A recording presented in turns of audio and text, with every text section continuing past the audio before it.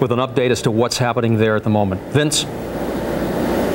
I can tell you I've just been a place that I have been to that, frankly, no firefighters want to go to. Behind me, you see burning 7 World Trade Center. I didn't know it at the beginning, at the tape you're about to see. I didn't know it was a 7 World Trade Center, but I know it now coming back. A 4-block radius has been cordoned off because fire officials expect that building to collapse. I've been within 10 feet of that building within the last 15 minutes. I've been as close to where no one wants to be. Take a look.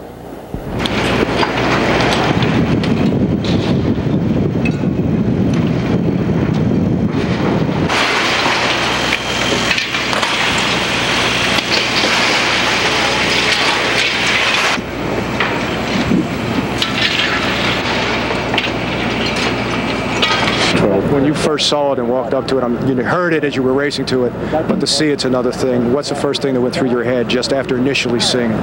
I just wanted to cry, to be honest with you. It's terrible. We are in an abandoned skyscraper, and quite frankly, I don't even know where I'm at. I see a sign outside that just gives me a reference of Barclay Street. As you can see all around here, the windows have been blown completely out. And as we take a walk towards the front of the building here, you want to take a look outside. If you have never been to war, like I have never been to war, then this is what it looks like. We don't know what that building is. We don't know where this building is, but they're obviously on fire. Maybe there's a chance that they could collapse.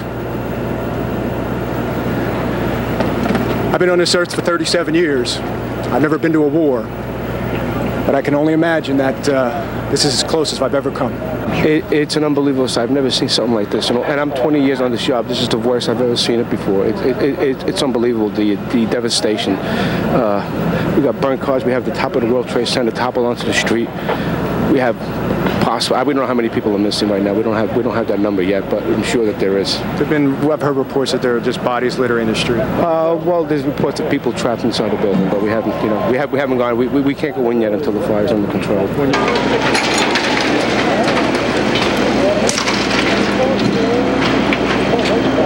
More debris falling from a nearby building, the World Trade Center. We're at West Broadway in Barclay. Very difficult to breathe here, but look around. This must have been ground zero where this thing blew up. Car after car after car, buses, completely obliterated and burned straight down to the steel. Behind me, that gaping hole, that's where one of the 2 towers stood. It's not there. And as you can see above me, the fire in this adjacent building just continues to rage. It's a surreal environment. It's almost impossible to describe, again, except to make a war correlation. Whoever said somebody declared war on us, it certainly looks like it, doesn't it?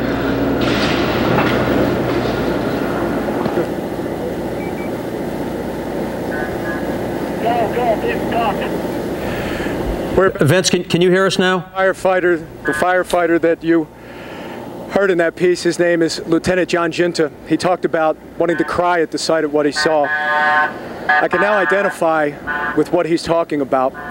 He talked about bodies in the street. I didn't see any.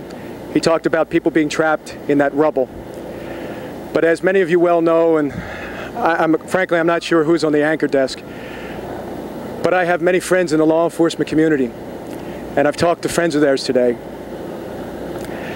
And I found out that many of my friends are in that building, 1 and 2 that have collapsed. And you try to distance yourself from this stuff, but when it hits home, it's a far different story.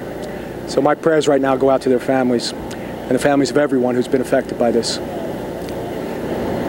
throw it back to you in the studio. Vince, we join you in what you have just expressed, and we're also very sorry about the personal involvement that you have in that story.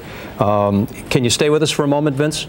Sure. Sure. Is this Ernie? Yes, Ernie and Dana. You described what is very much the warlike atmosphere there, and seeing you with your mask on and walking through was just incredible, and that's compelling television, if you will, not to mention the magnitude of the loss here and the depth of the story. How did you get in there? Well, we just, you know, again, you hate to make these war correlations, but my photographer and I, Terrence, you know, we just went from street to street, building to building, alley to alley, and we just weaved our way in. You know, when we got as far as we thought we could go, we talked it to each other, and of course safety was amongst our concern. And we just said, let's just keep going. Let's see how far we can get to this without endangering our own safety. And when you saw how close we got to what I now realize behind me, 7 World Trade on fire and expected to collapse, you know, what was really frightening is that when we were looking around, there was nobody there.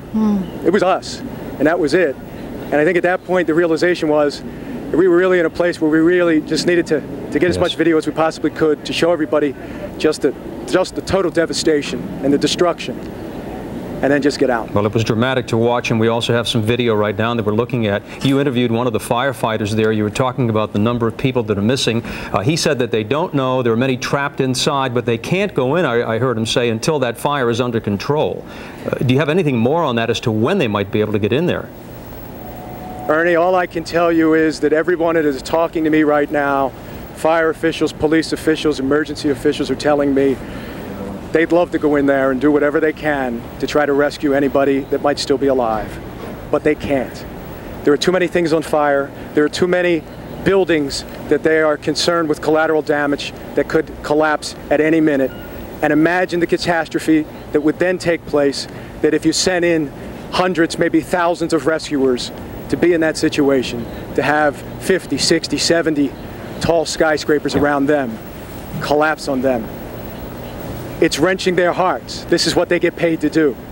But right now, nobody can go in. You just can't. Vince, I know it wrenches your heart too. You and I have worked together for several years here, and as I look at you standing out there, I think of you at TWA Flight 800 out in that boat in the water in that dark night after that plane crashed. And I know how moved you were by that and how moved you are by this.